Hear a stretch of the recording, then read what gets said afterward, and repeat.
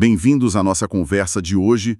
Vamos mergulhar juntos em Gênesis, capítulo 47. É uma passagem e tanto. Com certeza, muita coisa acontecendo ali. Imagina só a cena. O Egito está, assim, no meio de uma fome terrível e a família de Jacó, que a gente também conhece como Israel, chega lá buscando sobreviver. E reencontram José, né? O filho que achavam que estava morto, agora, bom, o segundo homem mais poderoso do Egito. É quase um roteiro de filme. Exato. E para guiar nossa análise, a gente está usando aqui as notas, os comentários de duas bíblias de estudo bem conceituadas, a Holman e a Nova Almeida Atualizada, a NAA. Ótimas fontes para a gente entender as nuances, né? Sim, nosso objetivo aqui é tentar desvendar os momentos-chave desse capítulo. Sabe, a chegada da família, como eles se estabelecem, o encontro com o faraó. E as estratégias do José para lidar com a fome, que são, complexas. Complexas e até controversas, né? E também o significado dos últimos anos do Jacó ali no Egito.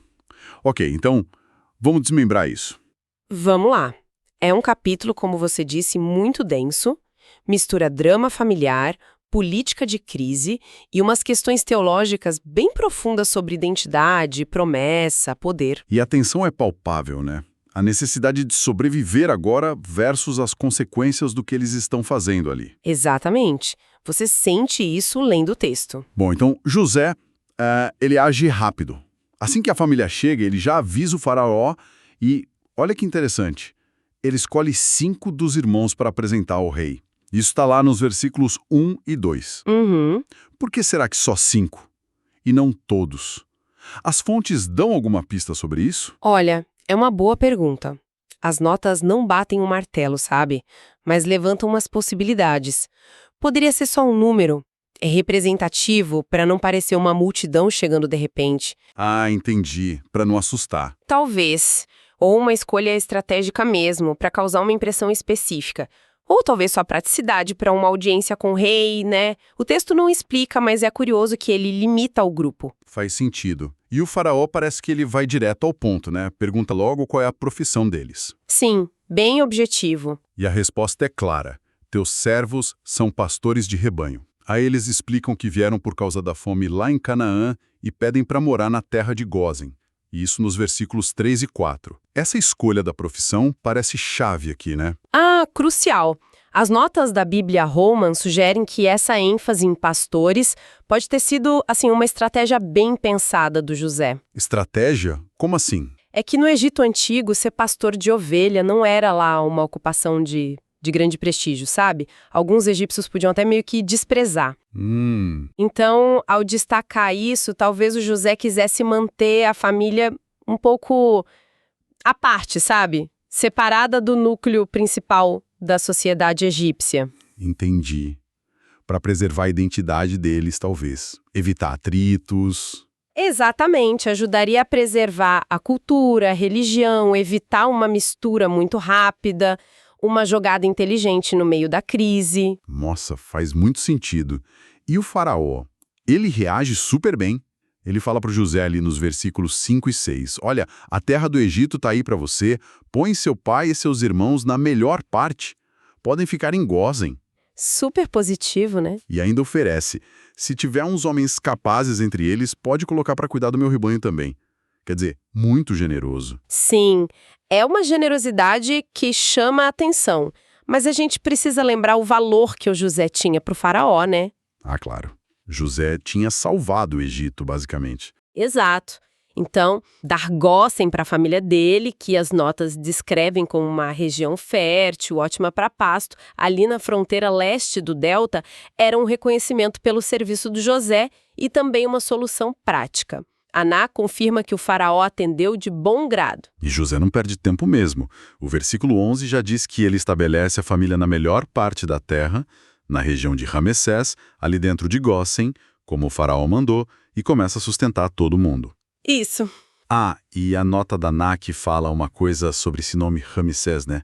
Algo sobre anacronismo. Exato, bem lembrado. A nota da Aná observa que esse nome Ramessés para essa região pode ser um nome posterior. Como assim? Quer dizer, um nome da época do famoso faraó Ramessés II, que viveu séculos depois de José. O autor bíblico talvez tenha usado esse nome porque era como os leitores da época dele conheceu a área. Ah, tá. Facilitando para o leitor. Mas a localização é a mesma, né? A parte boa de Gósen. Isso, a localização é consistente. A parte mais fértil de Gósen, bem estratégica. Certo. Bom, depois de ajeitar a família, José leva o pai, Jacó, para conhecer o faraó. Isso no versículo 7. Imagino a cena. Deve ter sido um momento forte, né? De um lado, o governante da maior potência do mundo, do outro, Jacó, já bem idoso, carregando as promessas de Deus feitas lá para Abraão, para Isaac, o patriarca. O líder da família da aliança, né? Exatamente. O portador da aliança, dois mundos ali, frente a frente. E Faraó, de novo, direto, pergunta a idade de Jacó, versículo 8. E a resposta do Jacó, nossa, é uma das mais marcantes, eu acho. Versículo 9. Os dias da minha peregrinação são 130 anos. Poucos e maus foram os dias da minha vida e não chegaram aos dias dos meus pais. Ele diz que 130 anos foram poucos e maus. É pesado, né? Muito pesado. E as notas ajudam a gente a entender o porquê. A Roman lembra que a vida de Jacó foi assim uma sequência de conflitos, de perdas. É verdade. A briga com Esaú, a fuga. O trabalho duro para o Labão, os enganos, a morte da Raquel que ele amava tanto. Os filhos que causaram problemas terríveis. E a dor de achar que José estava morto por anos e anos. Então, quando ele fala poucos, ele está se comparando com Abraão, que viveu 175, Isaac 180. Na perspectiva da família dele, 130 era menos. Entendi a comparação. E maus, bom, reflete diretamente essas provações todas, o sofrimento que marcou a caminhada dele. É um resumo, assim, brutalmente honesto de uma vida difícil. Uma vida de peregrinação, como ele mesmo diz. E tem um outro detalhe que eu acho fascinante. O texto fala, nos versículos 7 e 10, que Jacó abençoa o faraó, na chegada e na saída. Ah, isso é muito significativo. O estrangeiro idoso pedindo ajuda, abençoando o rei do Egito. Qual o peso disso? É enorme, e a nota Roman destaca justamente isso. Não é o faraó que abençoa Jacó, é o contrário, o patriarca da aliança. Mesmo numa posição de dependência material, ele assume uma postura de autoridade espiritual. Uau! É sutil, mas muito forte. Se a gente conectar isso com o quadro geral, é a linhagem da promessa divina interagindo com o poder do mundo. Mesmo vulnerável, Jacó representa algo maior, uma bênção que transcende o poder político do faraó. Que dinâmica interessante. Bom, enquanto a família de Jacó está lá se estabelecendo, sendo cuidada em Gósen, a situação no resto do Egito e em Canaã piora muito. O versículo 13 é direto. Não havia pão em toda a terra. A fome era muito severa. O negócio aperta de verdade. A crise chega num ponto que o dinheiro some. Acaba. Sim, é o colapso econômico total. O dinheiro que circulava, que permitia comprar e vender, simplesmente acaba. As pessoas gastaram tudo o que tinham nos grãos que o José tinha armazenado. E o que José faz? O versículo 14 é impressionante. Ele recolhe todo o dinheiro que ainda existia no Egito e em Canaã em troca de comida e leva para os cofres do faraó. Uma concentração de riqueza absurda nas mãos do Estado, né? Exatamente. É uma centralização gigantesca de capital. Todo o dinheiro disponível flui para o controle do faraó, com José administrando. Do ponto de vista da gestão da crise, pode até parecer eficiente. Mas imagina o impacto para a população que agora não tem mais como comprar nada, né? Fica totalmente dependente. o impacto fica claro no passo seguinte. No outro ano, sem dinheiro, o povo volta lá no José. O versículo 15 mostra-lhes dizendo: dá pão pra gente, não deixa a gente morrer aqui na sua frente. O dinheiro acabou. Desespero total. E aí eles oferecem a única coisa que sobrou: os animais. Os versículos 16 e 17 descrevem o José aceitando gado, cavalos, ovelhas, cabras, bois, jumentos, em troca de comida por mais um ano. É uma sequência, quase. Inevitável, mas terrível de acompanhar. Primeiro o dinheiro, depois os bens móveis, o gado. Que era a base da economia para muita gente, né? Exatamente. Fonte de trabalho, transporte, leite, lã. Perder o gado significava perder a capacidade de produzir no futuro. Isso faz a gente pensar nas consequências, né? José estava, claro, salvando vidas numa catástrofe, mas o custo social e econômico para a população egípcia era altíssimo e só aumentava. E a crise chega no ponto máximo no ano seguinte. Sem dinheiro, sem gado, o povo faz a oferta final. Está lá nos versículos 18 e 19. Não sobrou nada, senão o nosso corpo e nossa terra. Compra a gente e nossa terra em troca de pão, e nós e nossa terra seremos escravos de Faraó. Nossa! Dá semente para a gente poder viver e não morrer e para a terra não ficar abandonada. É uma rendição completa pela sobrevivência. É o fundo do poço mesmo. Eles estão trocando a liberdade pessoal e a posse da terra, o patrimônio mais básico, pela garantia de não morrer de fome. É uma mudança social e econômica radical, movida pelo desespero. E José aceita. Os versículos 20 a 22 contam que ele compra toda a terra do Egito para o faraó, mas tem aquela exceção importante. A terra dos sacerdotes não foi comprada. Por que essa diferença para os sacerdotes?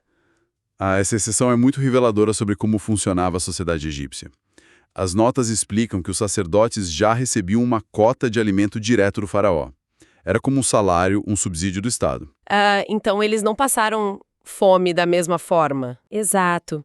Como o sustento deles estava garantido pelo governo, eles não precisaram vender as terras. Isso mostra que a classe sacerdotal tinha privilégios especiais.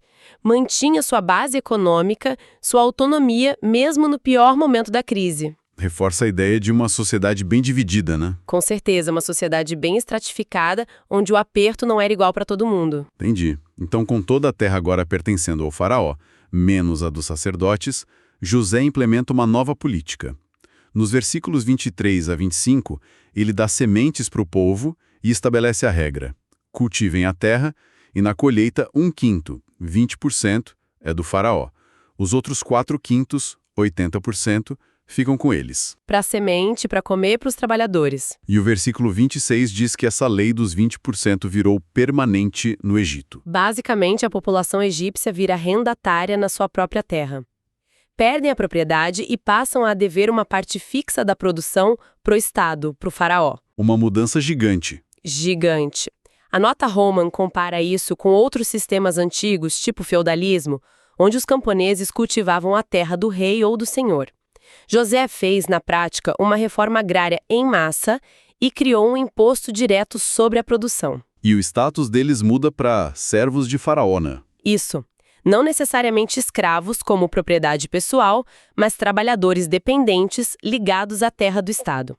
Embora 20% possa não parecer absurdo comparado a outras taxas antigas, o ponto central é a perda da terra e essa mudança de status. E é aí que o contraste fica gritante. Enquanto o povo egípcio passa por tudo isso, perde terra, perde autonomia, o versículo 27 descreve os israelitas em Gósen. Assim, Israel habitou na terra do Egito, em Gósen.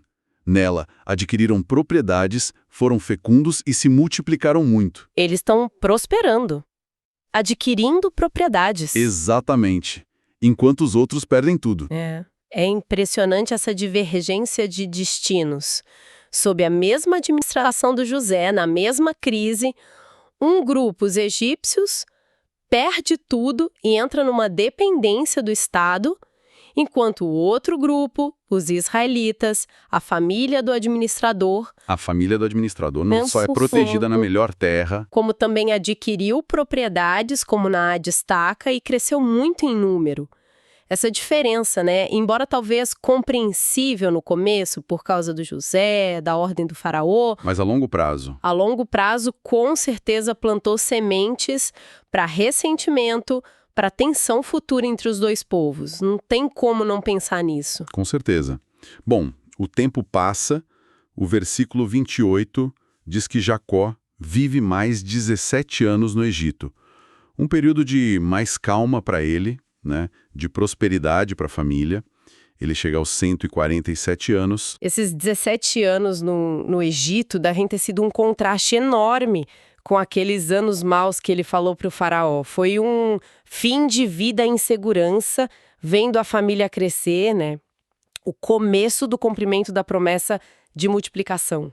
E aí, sentindo a morte chegar, ele chama José para um último pedido, bem solene, ali no versículo 29. Momento final. Ele faz José fazer aquele juramento antigo, de colocar a mão debaixo da coxa, para garantir que não vai ser enterrado no Egito. O desejo dele nos versículos 29 e 30 é claro, ser levado de volta para Canaã para ser enterrado no túmulo dos pais, Abraão e Isaque, lá na caverna de Macpela. Incrível essa insistência, né? Pois é, depois de quase 20 anos vivendo bem no Egito, por que essa teimosia toda em ser enterrado em Canaã? Olha, se pedido é a expressão máxima da identidade e da fé dele. Mesmo depois de anos de segurança, de prosperidade no Egito, o coração do Jacó, a esperança dele, continuam lá, na terra prometida por Deus. Totalmente ligado à promessa. Totalmente. Ser enterrado lá não era só sentimentalismo, era um ato de fé na aliança divina, na posse futura daquela terra pelos descendentes dele. Ele se via como um peregrino no Egito, não como um morador definitivo. O lar espiritual dele, o destino final, era Canaã. Faz todo sentido visto assim. José jura que vai cumprir, e o capítulo termina com uma imagem um pouco enigmática, né? No versículo 31. Então Israel inclinou-se sobre a cabeceira da cama. O que esse gesto significa? Esse gesto final é bem interessante, porque tem uma pequena discussão textual sobre isso, que as notas mencionam. A tradução cabeceira da cama vem da palavra hebraica mitá. Certo. Só que tem uma outra possibilidade. Com uma pequena mudança nas vogais que foram adicionadas bem depois no texto hebraico, a palavra poderia ser matê, que significa cajado. Cajado. Como o cajado de pastor. Exato. E a Septuaginta, que é a tradução grega antiga, e a citação desse evento lá em Hebreus 11, 21, na verdade apoiam essa ideia, que Jacó se apoiou na ponta do cajado. Que interessante. Muda um pouco a imagem. Muda, mas seja se inclinando na cama, talvez de fraqueza, ou em adoração, ou se apoiando no cajado, que era o símbolo da peregrinação dele, da autoridade. As duas interpretações apontam para um ato final de reverência, de adoração, de fé. Jacó, ao ouvir o juramento do filho, reconhece a fidelidade de Deus, que o acompanhou a vida toda. Uau! Quanta coisa num capítulo só. Então, recapitulando rapidinho, a gente viu a chegada estratégica da família de Israel, o estabelecimento deles em Gósen. Vimos o encontro marcante do Jacó com o faraó, com o Jacó abençoando o rei. Acompanhamos as medidas drásticas do José para lidar com a fome, pegando dinheiro, gado, e no fim, a terra e a servidão do povo egípcio, com aquele imposto de 20%. E o contraste disso com a prosperidade dos israelitas em Gósen. Exato. E terminamos com o último desejo do Jacó, ser enterrado em Canaã, na terra da promessa. Então, o que tudo isso significa no final das contas? Olha, se a gente junta as peças, o que a gente vê é um cenário bem complexo sendo montado ali, né? Com muitas implicações para o futuro. As ações do José, bom, elas foram pragmáticas, sem dúvida, e salvaram muita gente numa catástrofe. Ninguém nega isso. Mas tiveram um preço alto. Um preço altíssimo. Resultaram numa reestruturação social e econômica profunda no Egito. Essa concentração enorme de poder e riqueza nas mãos do faraó, transformando o povo em arrendatário dependente, pode ser vista como uma gestão de crise genial, mas também como uma criação de uma estrutura de poder muito mais autoritária. Que talvez tenha facilitado coisas piores depois. É uma possibilidade a se pensar. E a prosperidade israelita nesse mesmo cenário. Adiciona mais lenha na fogueira, né? Com certeza. É muito significativo que enquanto os egípcios perdiam suas terras e viravam servos econômicos do Estado, os israelitas, que eram estrangeiros, estavam prosperando, comprando terras na melhor região. A longo prazo, como será que essa diferença foi vista pelos egípcios das gerações seguintes? Difícil não imaginar que gerou ressentimento. Pois é. É impossível não se perguntar se esse contraste, um grupo florescendo enquanto a maioria perde sua herança, não contribuiu para o ressentimento, para a mudança política que levou à escravidão dos israelitas lá em Êxodo, quando chegou um faraó que não conheceu José. Faz a gente pensar. Fica a pergunta, né? Até que ponto essa concentração de poder e a subjugação econômica do povo egípcio, que foram consequência das políticas do José, podem ter mudado tanto a dinâmica social que ficou mais fácil, gerações depois, impor uma servidão ainda pior sobre aquela minoria israelita que continuava a crescer ali no meio deles. A terra seja Gósen para viver ou Canaã para morrer continua sendo esse símbolo poderoso de identidade, de promessa e do conflito que estava ali, latente. Uma história fascinante mesmo. Uma reflexão muito forte sobre como as soluções de hoje podem acabar moldando os problemas de amanhã. Muito obrigado por nos acompanhar nesta exploração de Gênesis 47.